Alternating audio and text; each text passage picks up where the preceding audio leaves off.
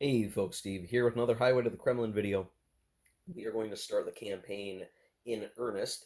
Before we do, just a couple of quick things. I am going to try to play with Mark Herman's solitaire method, um, where I can use the vedettes and potentially have some surprises. Now, most of that stuff that's going to be happening is going to be happening off camera, and it's really just for me so that I have some uncertainty.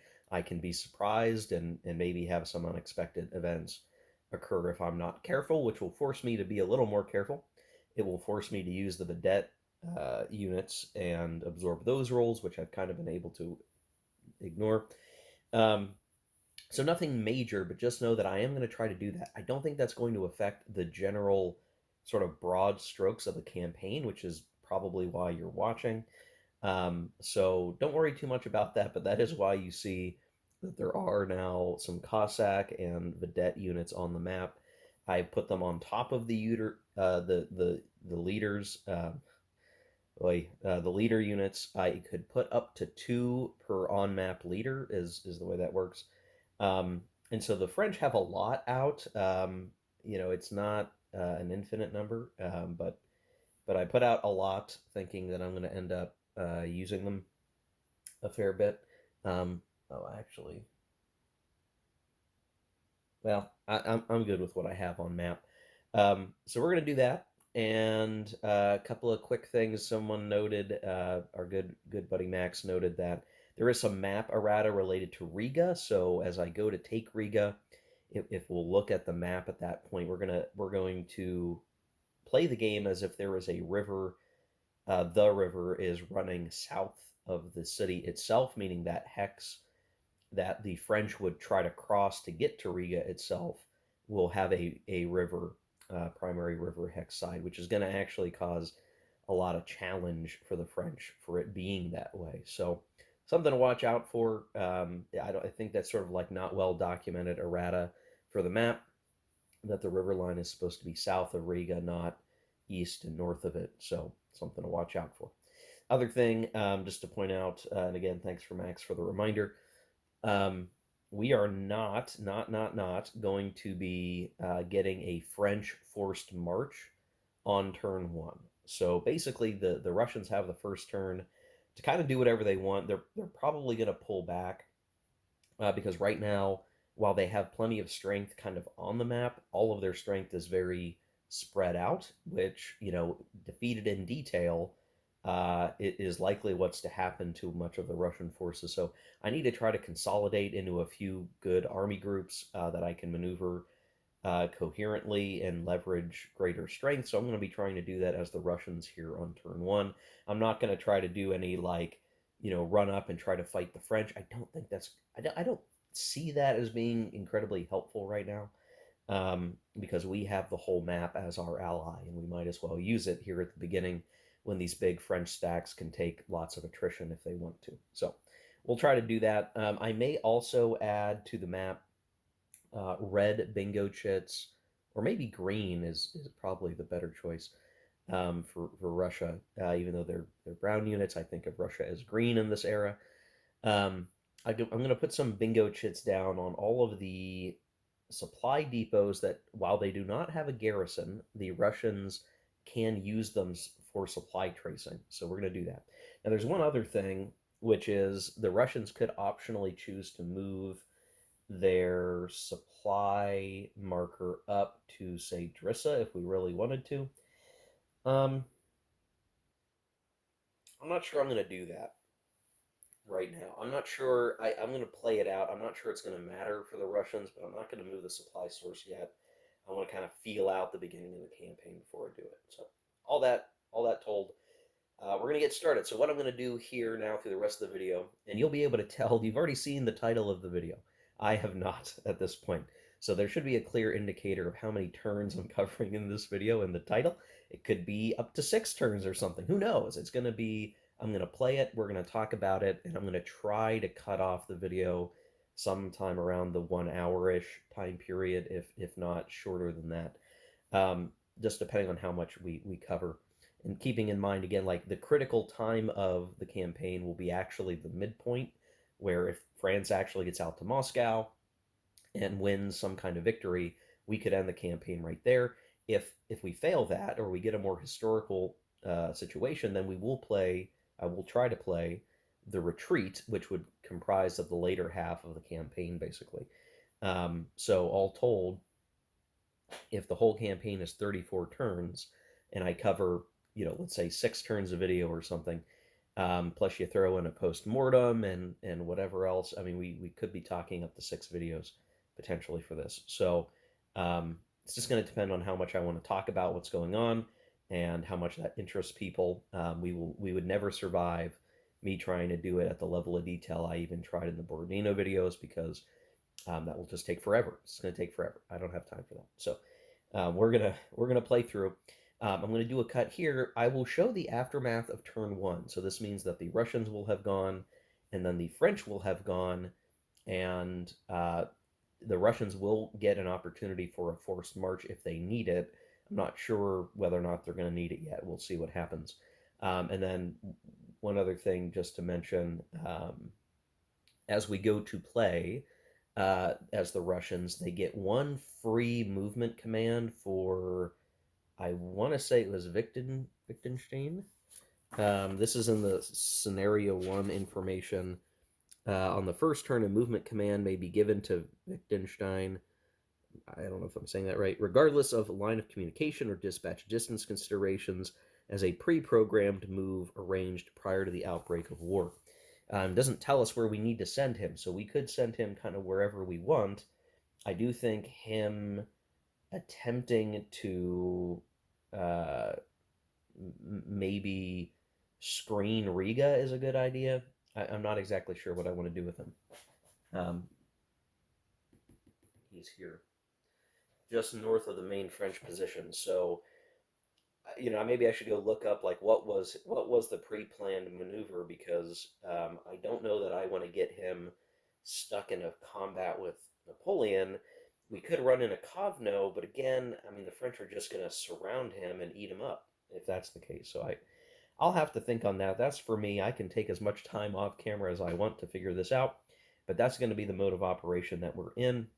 And again, if you want a quick summary of the solitaire rules, in case you didn't catch the last video, they're here. You can check these out. They're out there on the internet.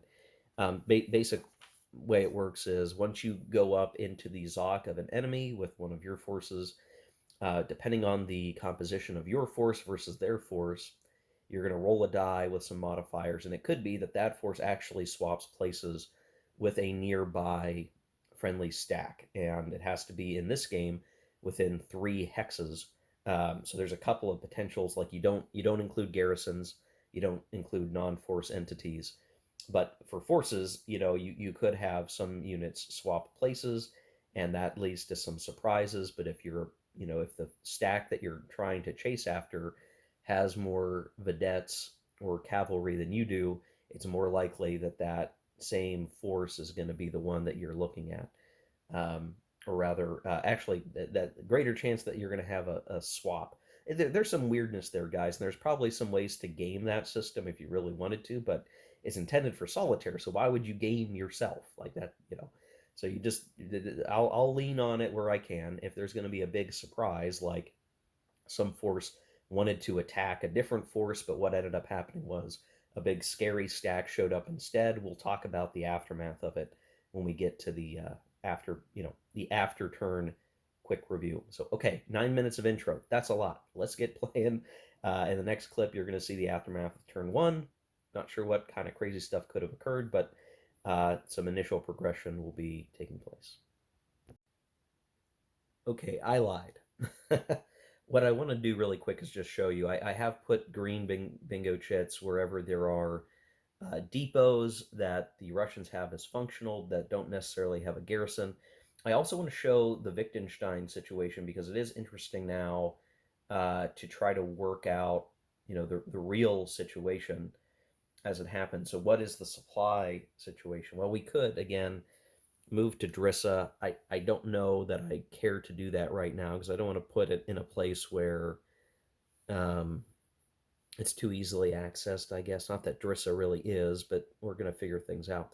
But I want to show the supply tracing and how we know that Wittgenstein probably ought to move because he's in kind of a weird spot uh, supply wise. So if we count from the supply source, and let's just say we're going to start to trace down this way, 18 primary road hexes is the first leg of the journey. So 1, 2, 3, 4, 5, 6, 7, 8, 9, 10, 11, 12, 13, 14, 15, 16, 17 to Duneberg. Great. So we're going to trace to there. Now we would trace 9 hexes, not movement points, but hexes, to the next depot, that we would want to trace to. So, and of course, we've got a couple of different options here. But if we were going to trace over to Wittgenstein, what we may want to be doing is having to go, well, 1, 2, 3, 4, 5, 6. That's good. 1, 2, 3, 4, 5, 6, 7, 8 to Riga. And then from Riga, things get interesting where we can go then trace. Can we get to 9 to get down here? Well, 1, 2, 3, 4, 5, 6, 7, 8, 9. No, we can't. What we can do, though, is trace dispatch distance, which is going to be 7 movement points, not hexes, to Wittgenstein. Let's see if we make it. 1, 2, 3, 4, 5, 6, 7. Just adjacent, not quite enough to get over here. So, how do we want to deal with that? Well, are there any other options? Well, we could certainly be tracing over here. 1, 2, 3, 4, 5, 6. Yeah, he's just in a weird spot, isn't he? So we need to get Wittgenstein pulled back. Now, I have got a lot of options to pull him back. I can pull him back towards Riga. I can pull him back. Historically, where he wound up was here, according to the March table. So we can use the March tables as a good indicator of like where ought we be going, and how we read this. Again, this is if I want to keep to what his history had, but I don't have to. So we have Wittgenstein. He starts in Kednai, Kedanii. The map is spelled slightly different, but he ends up in 1315. He goes to 1812, which again is that hex there in the forest, which is not really where I prefer to put units, but putting him there will certainly get him back into a good line of communication, though we are basically ceding that primary road up to Riga, but knowing that the river there, I don't know. It's tough because I know that the French side of my brain is really interested in Riga, so it might make sense that Wittgenstein falls back to a good control point, like across this river here, and hold position so that it is not an easy grab to just head north, maybe push beyond the French line of communication to try to seize Riga. Um, so I'll have to think about that. But I wanted to show you guys that that is like where you're tracing your supply, where you do decide to put your supply source. So if we put it in Drissa, for instance, like we have a much greater traceability that we could trace to a lot more things. Um, and so the question is like, what's the danger of doing that? Well, Drissa can be a supply source so long as Riga and that river line depot setup isn't goofed up, and I'm a little cautious that the French may be able to disrupt that potentially. So I'm just as fine leaving it up there in the north for the moment. I'll probably want to adjust that over time, but we'll see how things play out. That could just be poor play on my part. Somebody might be screaming, "Put it in Drissa, put it in Drissa." We'll see. I'm not as worried about the supply situation for the Russians as I am for the French, though the Russians can't ignore it by any means. So, okay, now for realsies in the next clip, end of turn one. Okay, here we are after the end of the first turn. Kind kind of interesting. Obviously, for the Russians, there was a strong desire to just hoof it backwards, right? What's really interesting, and I highly recommend it, if you're interested in Napoleonic history, and for some reason you do not already own a copy of David Chandler's Campaigns of Napoleon, great big massive tome of a book. It's a really great book to reference, and in particular, good to reference during the gameplay of this one in particular, because the chapters on the Russian campaign, do talk about these very specific moments when had the French army just been a little bit more responsive, if particular leaders like Eugene had been a little bit more on top of their game, maybe the French could have bagged one of the Russian leaders. And in this game, that really amounts to whether or not you're trying to spend your movement commands, or you're succeeding in your initiative die rolls for either side, right? If the Russians don't make their rolls, then they're kind of stuck waiting around. They could get caught, they could get wrapped up. If the French fail their rolls, they're not exploiting the game situation. And unfortunately for the French in this game, so far the Russians have been able to, for their forces that were way outside their main line of communication, outside their center of operations, we could not give them movement commands, but we could roll for initiative, and just about every time that it's mattered, the Russians got it. So where Bagration, technically Doktorov had tracing on the first turn for a movement command, which we used, but some of these other leaders like Platov, Bagration, made their initiative die rolls and even made them in the forced march segment of the French side of the first turn, and are kind of making their way up the Minsk road, the Grodno, uh, sort of, Grodno to Minsk road line, hoping to get on the main highway. And like historically, the Russian forces really sought to get up to, this river line up here, and ultimately congregated out near Smolensk. So right now, I feel like the Russians are kind of on track for that. Um, which I think for the French, that's a frustration because, if we were Napoleon, we were trying to make this happen the way that they planned it, likewise, it would have been really nice, um, to catch somebody, but it's not coming together, unfortunately. So that's something we're going to have to tackle. We're going to have to deal with, and I, as the French, and right now it's not looking terribly good. It's not looking terribly good. So all I can do there is just expect that we're gonna keep trying to push as the French, and make headway. So these guys are kind of working their way up this way. That's fine. And now, but Barclay didn't make his forced march roll, so he's still kind of hanging out not far from Vilnius.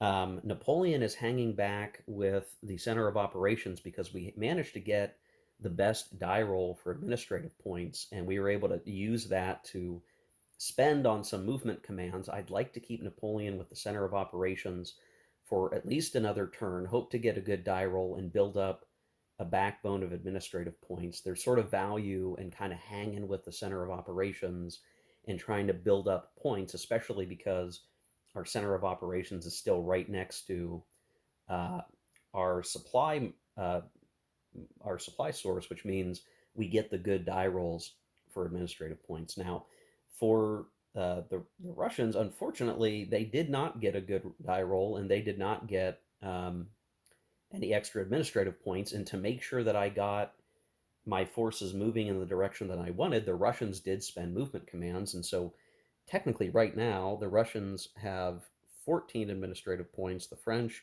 are at 18, both sides having spent movement commands, but only the French managed to gain new administrative points. So that's kind of an important piece of the puzzle here. Now, there's really kind of three main lines of advance right now, not counting the slow movers down here that I don't expect to get much done with. Um, we're sending McDonald up to kind of force pressure on Riga. We do have Ney sort of holding. This is more to watch for a shifting the Russian advance and protecting our supply lines, but Ney is kind of holding a march up that secondary road, which he probably is just going to hold there, and he'll swap down to the south when it makes sense. Udno is hanging out on the supply source for the moment, and then we sent Davu and Murat, who both successfully made their initiative die rolls rather than movement commands, and they left Napoleon behind, each individually operating. And Davu has seized Vilnius, with Murat kind of on the flank there. Um, with Eugene right behind them, we did move him with the movement command. So just trying to move the forces up a bit. Not really any major attrition now. That's mostly because I've been taking very careful, movements, and we have a lot of benefits due to being close to our supply sources. The Russians have been able to make clean movements without much care. We are leveraging foraging where we have to, so not a whole lot of major attrition yet that's occurred, which might be surprising, but I'm also keeping my forces distributed. The biggest stack right now is probably, I mean, who is that? Murat's probably got the biggest stack, and he almost took attrition, but we managed to roll well. So that was sort of the exception. I need to be more careful with him because he is moving around a pretty large body of cavalry and infantry. Davu is pretty trim by comparison. A lot of the other leaders are much more trim. So the question will be, can we expect at all to get between Barclay and Bagration? There's not much possibility, I'm afraid. I don't think the French are going to be able to catch the Russians unless we get some really poor initiative rolls, in which case it's feasible. Now, I've also leveraged the burning of bridges at particular locations. These are more as an inconvenience along the main roads, just so that it draws off French movement points so that they don't have as much time. They can't cross as much distance to separate the Russians. So we're willing to use a little bit of movement to damage. It's easier to damage than repair, so the Russians can kind of fall back when they get to these particular spots. Just burn the bridges.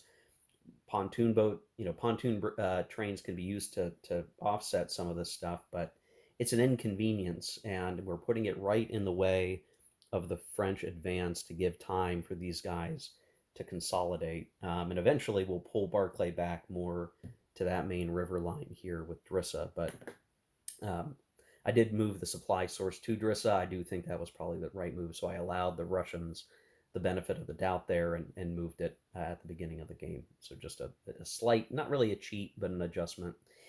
Um, and Vilnius was taken. I mean, Davout just crushed the garrison, and we left the garrison behind, just expecting that we'd at least force a combat, that they couldn't simply rush on through. Main thing is, I am leaving behind some major general-led forces to drop depots in a couple of places. So there is a general advance that's going to be taking place, and we'll see kind of where things end up. But for first turn, no major surprises, right? This is basically the French are advancing, the Russians are retreating, the Russians are getting fortunate with their initiative, so they have a very decent chance of congregating their forces in a way that benefits them, while the French are just moving along for the long haul. So in interesting bits. The French are now going to be able to force march, so that's going to give them a little more oomph on the table. And by the way, I have also, because we ended the game turn with the French in control of Vilnius, I've gone ahead and established the Kingdom of Poland. So now all Polish reinforcement replacement points will be doubled. And then I rolled the die for Austria, and I got the middle result, which is no more Austrian replacements, but there's hardly any anyway. Um, and the Austrians can't stack with anybody else, which I'm perfectly fine with. I really don't expect to do much with the 5 strength points of the Austrians, other than to posture and maybe catch sneaky stuff from the Russians trying to do things on the southern part of the map. So perfectly acceptable. The Kingdom of Poland is there. We're going to get more Polish forces, and we're bringing our Polish leader up behind because he started way down here, so he's slowly working his way up.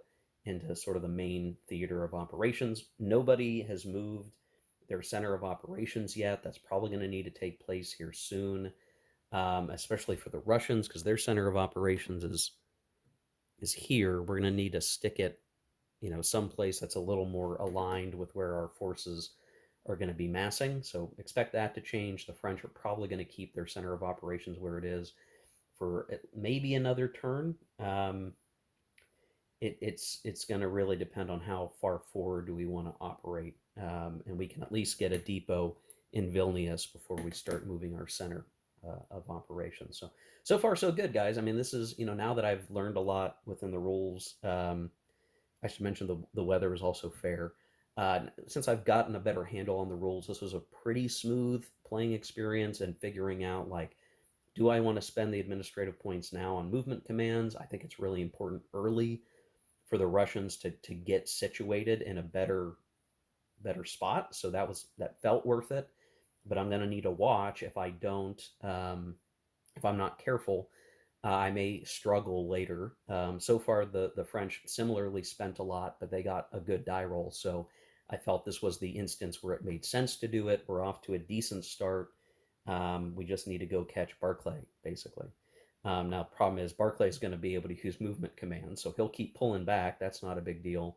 And ultimately, Bagration will be in movement command range eventually. So the real trick will be, much like historical, like Napoleon wanted to bag Barclay maybe, and when that stopped being realistic, then the idea was, well, the French were going to bag Bagration as he tried to make his maneuvers, and the French ultimately never caught Bagration. But maybe that's in the cards if there's some bad die rolls for the Russian initiative. That's going to be the key factor now. And can we run down this road and disrupt them around Minsk? Would maybe be the hope, I guess. That'd be the hope. So okay, I'm going to go play turn two, which is going to be an interesting one, and we'll probably track to cover 5 or 6 turns if I keep talking this much, but I might not talk as much as we get going. But that's sort of the campaign analysis. We didn't quite get enough to get engaged in combat up here. That may be coming. Um, just a lot more to come. So let's take a look here at the end of turn two then. Okay, here we are after the end of turn two. I can't say that a lot of exciting things happened, but we did have our first sort of first blood contact.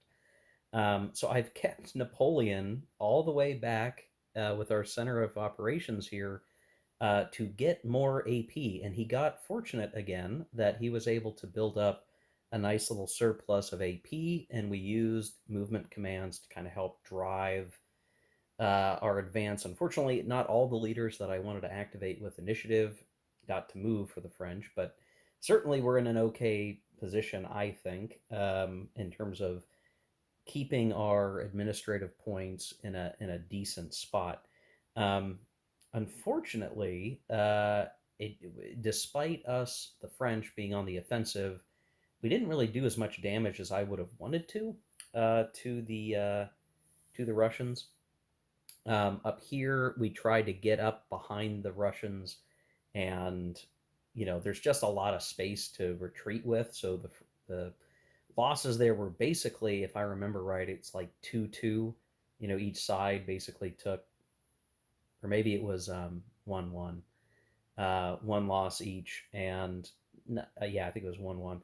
Not terribly exciting. Does it open the door to get us closer to Riga? Sure, but I actually don't think that McDonald's got enough forces with him to actually make the difference. So I think what we're going to have to do is use him to kind of pressure Wittgenstein, maybe push him over those rivers and try to knock out his stack just entirely. That would be ideal. And then have to, like, if I take Riga, and I could see now why when we played Borodino the units were where they were at. Like, we're gonna have to push here to Drissa first, and then clear the river, by going north from that location, rather than just take Riga and then head southeast. Because there's just not enough force, and Essen at Riga actually has enough strength points as well as defensive benefits that trying to take that location is just going to be too hard. So we'll focus on trying to wear down Wittgenstein as best we can. If he activates, he's going to try to run and get to the other side of the Dvina River.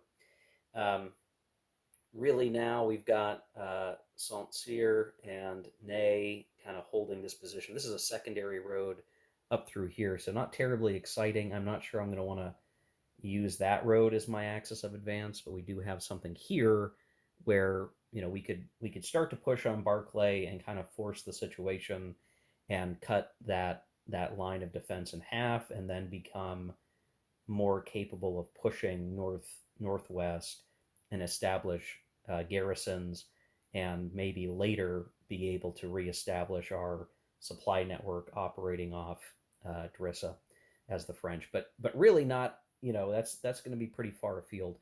Now we have Oudinot up here holding Vilna. Again, Napoleon's back here. He's going to come up, I think, next turn. Try to get as much benefit out of the administrative points as I can get, because all the AP that I save up early will help when we need to attenuate our supply later. And if we can do the whole Riga switch over, we should have enough AP to keep us rolling for a while, or even use Napoleon to kind of generate additional AP by holding at Drissa at some point, because we'll have a pretty good capability of like operating off that river line for what we need to do for the rest of the game at that point. The attenuation problem gets resolved pretty quickly. Now, otherwise, Davout, Eugene holding here, Murat took the gamble to run out ahead and attack Doktorov. Now, because of the retreat capability and the retreating in the direction of our supply source, Doktorov retreated this way, and that fight ended up being um, kind of a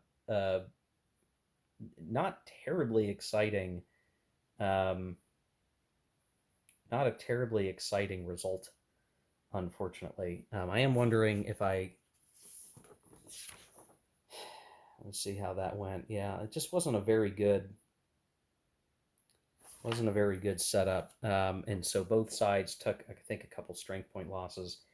So kind of even, and we didn't really successfully separate the Russian forces. So Bagration continues to get away. He might have to have some retrograde movement and pick up this major general who's not going to be able to move much, which puts him in some danger. Or we try to get this guy moved out of here, which we'll try to do at the movement command, I think. But the attempt to try to like at least cut off Platov and Doktorov isn't really working out. Though Doktorov is going to have to finagle some things to move. He doesn't have good initiative, which means maybe we will be able to wrap up Doktorov and eliminate his stack. He's got a fair number of strength points, um, but it's not a very good position generally. So we may be able to wrap him up. He might be the only one that we can. Platov doesn't really have any real strength with him. He's carrying a garrison. He's got some of these Cossacks that we eventually wanted to form up into that um, Cossack division, this guy, but we haven't been able to concentrate our forces for that yet. So um, all kind of touch and go. Like, I think it's so interesting to see that desperation that Napoleon had this grand idea, this grand plan to divide and conquer, and maybe trip up one of the Russian armies and kind of trap it, encircle it, or put it in the vice grip and destroy it. But like so much of that plan, at least in the way that this game portrays the history as I've read it, is like Napoleon was really banking on Bagration sleeping or something, or that he was going to be on the offensive. But the grand strategy of the Russian armies at the time was, use space for time, essentially, or at least it seems like that was the general idea. And so, yeah, there's no impetus for Bagration to try to attack the Austrians or the French in that sector. There's nothing to even really be gained by it. And so, Bagration, so long as he's meeting his die rolls, can just simply slip away. And he's been able to do that. Now, he may be leaving some guys behind. And now I'm thinking maybe I need to go back and or pull this unit up with Bagration, and then they'll combine up. Main thing is like if we move Bagration by himself, he can go 1, 2, 3, 4, 5, 6, 7. That's near enough to combine with Barclay somewhere around here, um, and he's not that far from Smolensk. We don't want to simply leave the door open to let the French dictate what's happening and like send. What we don't want to do is move Bagration up here, have all the Russian forces operating up north of the Dvina River, and enable the French to say send Murat and maybe a couple other corps down the highway unaccosted to Smolensk and then on to Moscow potentially, which they could very well do. I mean, it's not impossible to do that and just play interference with the Russian armies up here. I mean, we could do that so long as we get to Moscow and maybe we get lucky on some morale die rolls and we get something, right? I mean, that's what it's going to come down to. So turn two, not as exciting as maybe I was hoping it would be. The Russians still have some opportunities here. Um, However, I did move their center of operations to Drissa, which means on turn three, the Russians are not going to uh, be able to leverage movement commands and that sort of thing at all. And so that's kind of a problem. It's not a huge problem right now. I think it's largely mitigated. But there won't be AP accrual either, and the Russians are down to 11 AP, which, if you have to start taking attenuation into account, actually hurts. Um, Potentially hurts the Russians a little bit there, and they're not getting the benefit as much as they would like to for supply tracing. So there's all these weird things that are starting to creep in. The grand strategy of managing not just the forces on the map as like individual operating forces, but handling all of the armed forces in theater as a logistics challenge. Some of that's starting to kick in, and there's probably going to be consequences to me doing this really strung out French position where Napoleon's just trying to. He's playing traffic cop with wagons right now, but he's going to have to get. If I'm not careful, he's going to get way left behind. So I've got to send him 1, 2, 3, 4, 5, and then force march him. 1, 2, 3, 4, maybe 5 into this area, and it's going to take him all next turn just to get up to the front and potentially lose some stuff to attrition if I'm not careful. Though he's mostly handling guards at the moment, so maybe that won't be a concern. Anyway, lots of stuff to think about, guys. Like this is interesting. Now playing the game in full, like what are the things that really start to matter? And knowing that there will be some Russian reinforcements that will be coming that will increase the difficulty in what's going on. I'm not getting as much attrition as I thought I would be getting. I am tending to move units like a fair number of movement points. I'm being cautious, but we're able to cover a lot of ground using the primary road. So I don't know. I'm a little worried that the attrition is not having the effect, maybe historically, that it did. But it could be, we just need to see the game play out a little bit more and more attenuation occurring and more gambits that are going to force attrition die rolls that hurt. There have been a couple of times where it was feasible that attrition was going to happen, but I rolled low enough for both sides in those cases that it didn't matter. So still waiting for the attrition to hit like a brick as we get moving here. Okay, here we are at the end of turn three, getting ready to go into turn four. We definitely have a pivot of the weight of what we're doing as the French. I have accepted the need to move the center of operations up, and we are actually moving it towards Asmajani. Um, and so it's kind of inactive for the moment. Napoleon's moving up with it, um, with the idea that we're going to continue to project some force.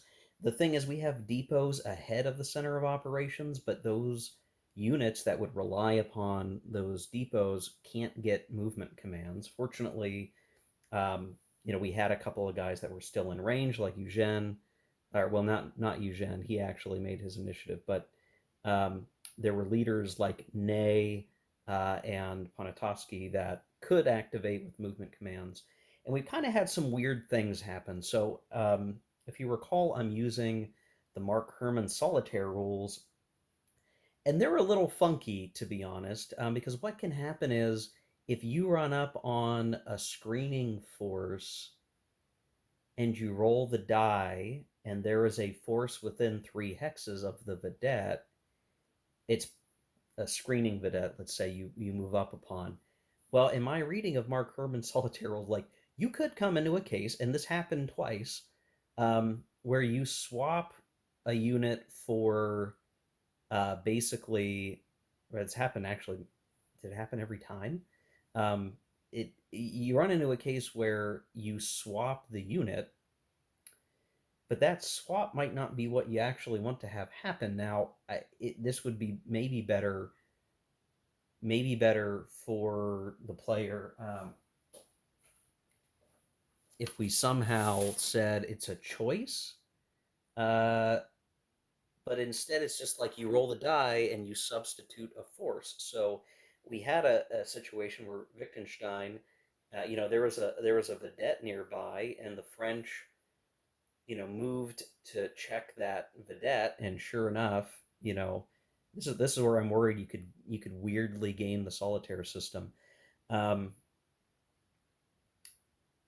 it kind of teleported Wittgenstein into the hex that the vedette was in. Um, so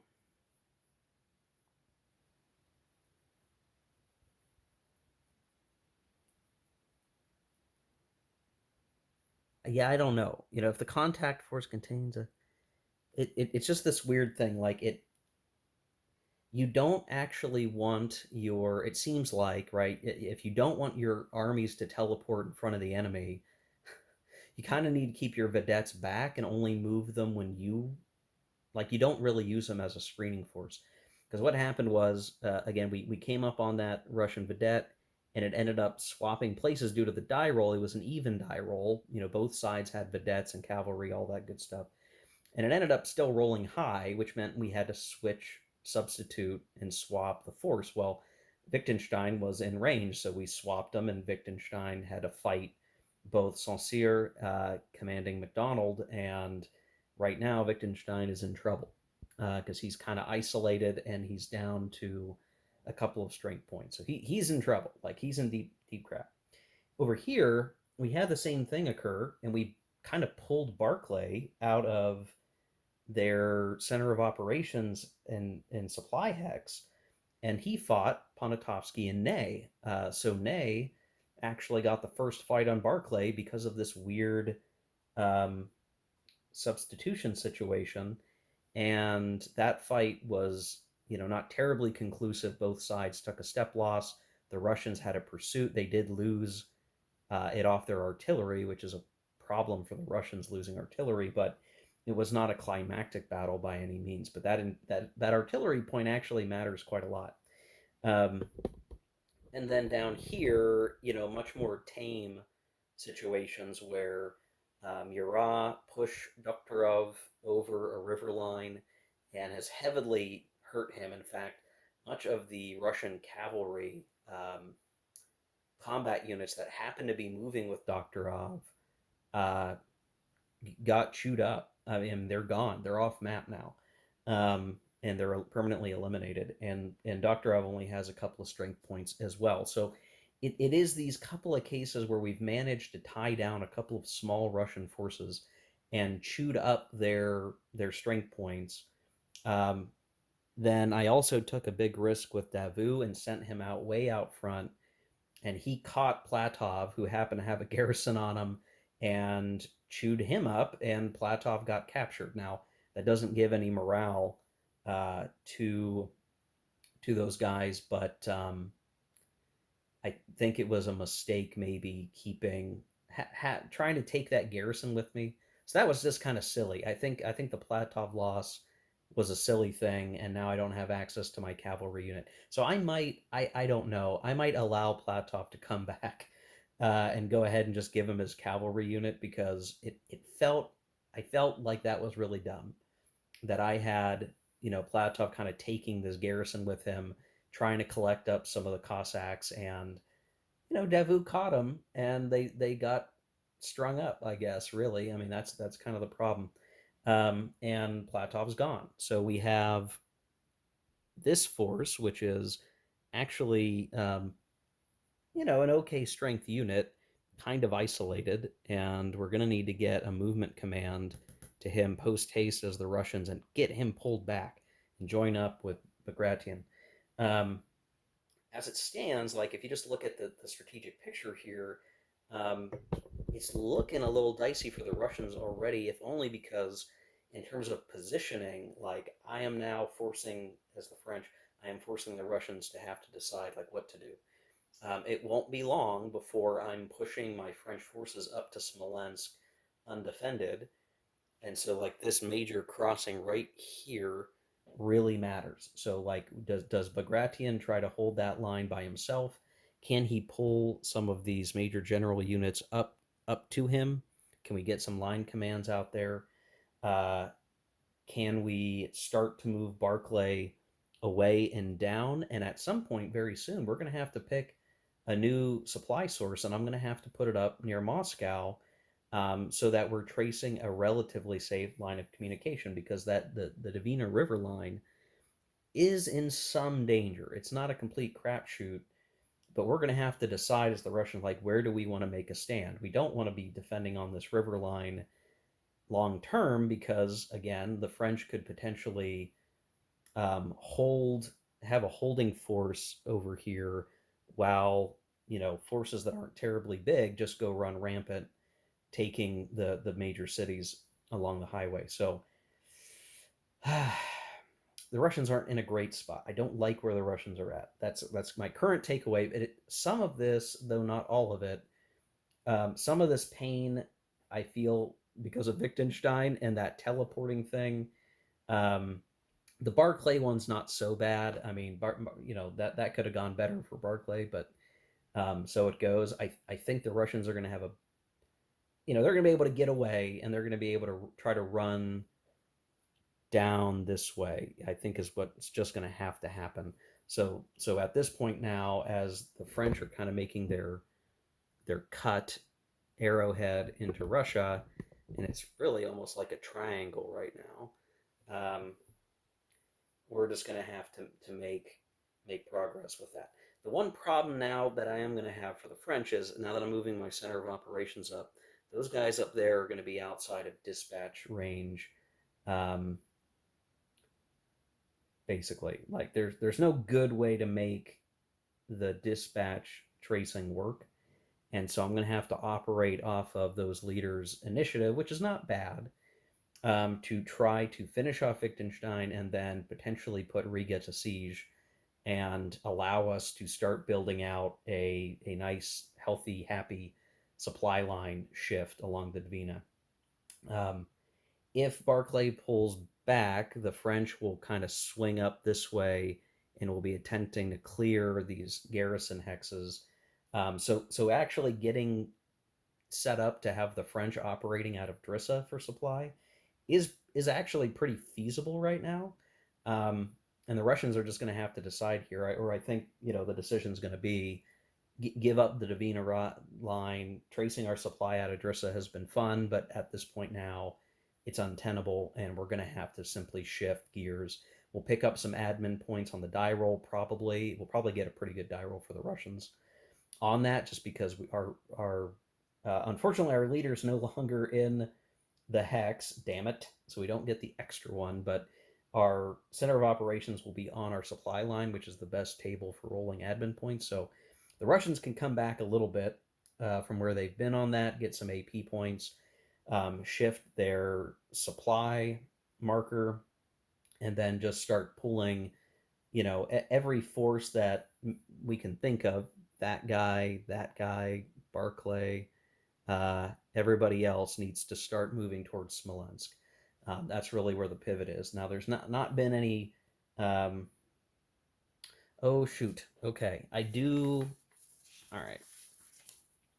There's a potential. I forgot about this. There is a potential for a morale shift because of the fight against Doktorov.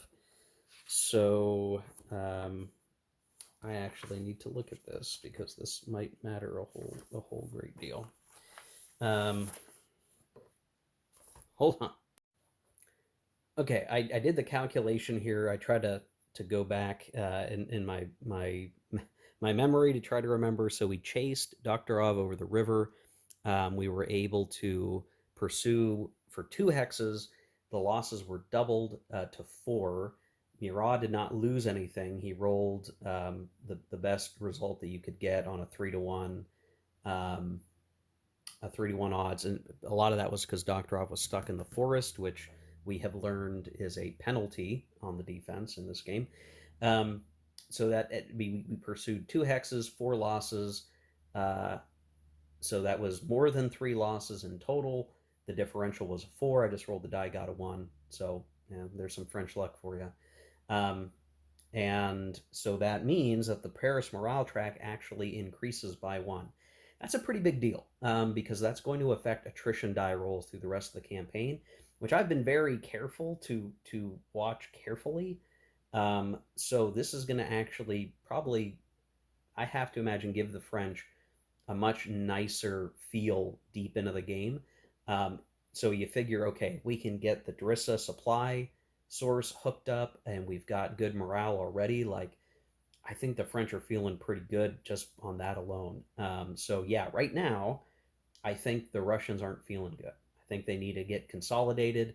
They need to just say, fine, have your go ahead and have that supply source, that Davina supply source, and we're just going to have to figure out some other way to chip away at your situation. Maybe at some point when we get the Third Army in from Tormasov in the south, maybe eventually we can look at cutting supply lines, but um, that's going to be a long way to go, and Tormasov probably won't be able to make much of a difference before the French have what they need. Tricky stuff, guys. Interesting stuff. Okay, that was turn 3. We're gonna go into turn 4. It's been tame on reinforcements. There's been 1 replacement point, which ended up being added to McDonald's corps because he was still in line of communication. That was to offset some strength points he lost fighting Wittgenstein. Um, there will begin to be more Russian reinforcements. So while there's been, I'd say, probably a greater loss to the Russians in terms of strength points compared to the French, the Russians are going to get more replacements and reinforcements. So it's not as dramatic of a difference. It's not like, oh man, we're just eliminating Russians left and right. Like, we are making some key victories make a difference, obviously, in raising French morale. But um, that isn't really the deciding factor on why the French feel good. I think the French feel good because we're going to force a situation where we could get a much better supply line going, and they've got morale up. So the strategic situation is shifting in the French's favor, even if like the manpower comparison it hasn't drastically changed. All right, it's enough blabbing. I'm going to go do turn 4. Okay, here's the end of turn 4, and I think we're going to call this one a video, guys. And then we'll cover more in the next episode. Wittgenstein's been totally destroyed and unfortunately captured for the Russians. Um, we just the odds ratio has been too good. Now there's been a couple of negligible strength point losses on the French so far, but we're kind of working our way through this dip. Decided to leave Minsk alone. We don't really care about it at the moment. Um, but we're trying to push our way through Borisov. Now that is a siege that's going on here, so we're kind of watching that. Um, and the there's also a siege going on at Duneberg up north here. We decided to pivot left rather than go straight for go for straight for Drissa. Man, this camera stands a pain in the butt. Um, the main thing is with Saint Cyr, really, actually, I shouldn't have this set up this way. They were a multi-hex force to begin with, but there we go. We have with Wittgenstein gone, Saint-Cyr's mission, McDonald's mission, will now be to push towards Riga. Now, what we may be able to achieve here, um, 1, 2, 3, 4, 5, 6, 7, 8. If we can finish the siege of Duneberg, which we will, we'll plant a garrison, and then we'll be able to move further north. And we kind of have to watch our flank. I don't think the Russians can afford to pivot again, and if they do, Napoleon would simply knock them. I think, but we will have our center of operations back in play for the next turn. We've had basically fair rain and fair weather so far, so it's been pretty nice. The rain ended up not mattering last turn very much, but you can kind of see it is shaping up a little bit here for what the French are trying to do. So, the Russians can't really afford to give up the right side of the map. That's ultimately going to be the most important. And so they're concentrating, hopefully getting enough that they can say pick on Davout. There's a real possibility here that we have Barclay here, we have Bagration here. We could try a pincer maneuver on Davout. Like that's not that difficult to imagine us achieving. So if I look at like one, let's see, it's gonna be tough going. One, 2, 3, 4, 5. Not quite much if we go that way. 1.5, 2.5, 3.5, 4.5, 5.5. Yeah, not quite able to go grab a piece of Devu with Barclay. Bagration can think about it, though I think it'd be a close run thing. So they're just it the French are kind of spread out, but I'm trying to prioritize consolidation, and the Russians have already lost a fair number of forces. The real trick here is Wittgenstein would have wanted to tag up with Essen and Riga and pose a potent force for defense there and just kind of sit and hang out in that location. As it stands, um, while we're giving up Ney on the front lines, like Ney is cutting his swath up around here, and what we may even try to do, this is a timing thing. What we might do is send Poniatowski off to grab Drissa, send Ney north here, drop off a depot, and this will allow Saint Cyr and Ney to focus on Riga. If we knock that out, like we can then we do both those things.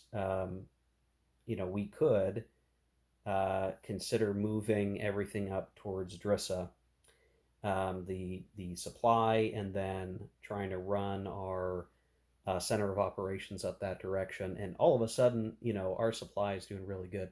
The morale track is helping. It is attrition's still not been as big an issue as I would have thought. But now that morale track's going to start to affect things. The Russians just can rely upon being in a line of communication most of the time. And the French have so far been able to maintain theirs. Now, off on the left side of the map, the deep left side, I've managed to get some reinforcements with Rainier due to a lucky initiative roll from a major general that had been hanging out here since turn one. The Austrians don't want to do anything, it seems like, which is fine because they can't stack with the French anyway. So this is our sort of holding force that's going to try to play tag with the Third Army when it shows up eventually. Um, so again, right now, with morale up to +1, the French are feeling very good right now, but that won't last forever. And again, we could see some actions on the part of the Russians. I don't think the Russians are ready for a big gigantic battle yet. But now that Barclay and Bagration are near each other, they have a little bit more capability to operate well, and that's just kind of how it's panning out. I'd say the Russians are doing worse maybe than history right now, just because of the losses that Doktorov had taken. Doktorov is now with Barclay at Vitebsk, but he had lost many strength points at this point. So that major engagement, we'll say around, Logoisk, the Battle of Logoisk, ended up being really important. Someone may try to call it the Battle of Minsk because Minsk was nearby, but that was a big deal. So, so far so good, guys. I mean, now that I'm kind of rolling, I've got the rules pretty well situated in my mind. We've got some sieges going on at Duneberg and Borislav, or what is it? Borisov, yeah, Borisov. Things are kind of coming together. Napoleon still kind of bringing up the rear. He's focused on punching up the administrative point track. And this whole turn, we managed to get a lot done with initiative die rolls. Like we got lucky. Um, so I'd say right now the total luck factor um, has largely been. I guess both sides have had decent luck. I think the problem is like when the battles have happened, the French have done either fine or I don't think the French have lost a combat yet. Granted, there's only been a handful of real combats. Like attacking a garrison, 7-1 odds is not a real combat, right? That's a push for the French, no matter what.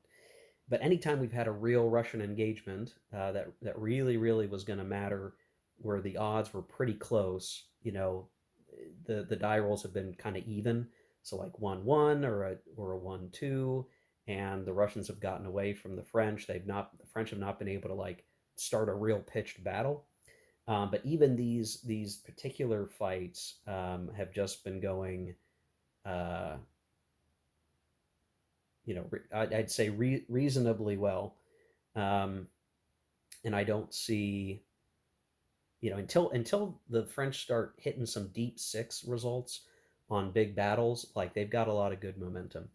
The Russians have been very fortunate with initiative die rolls. The French have not been as much until this turn. This turn was a really good initiative die roll turn. The Russians have been able to kind of, you know, for the most part, move the forces that they need. Doktorov was kind of a bad situation that manifested out of some low die rolls, but Doktorov's not a very good leader either, all things considered. So I don't know, real mixture, guys. It's a real mixture of die rolls at this point. It's going to matter more when we've got a lot of strength points at play at stake. So if a big battle at Smolensk does manifest, I think those could be where the French are going to roll like a deep six and be really hurt by that. But we'll see if that truly manifests. Okay, that's it, guys. Part one, turns 1 through 4. Going into turn 5 in the next video, there's still a lot of game left, so we're really just at the beginning stages, slowly maneuvering. I've got to get these vedettes moving because I've kind of forgotten how much the French don't really have a good reason to use them unless we really think there's a swapping opportunity or we really need to tie somebody else down.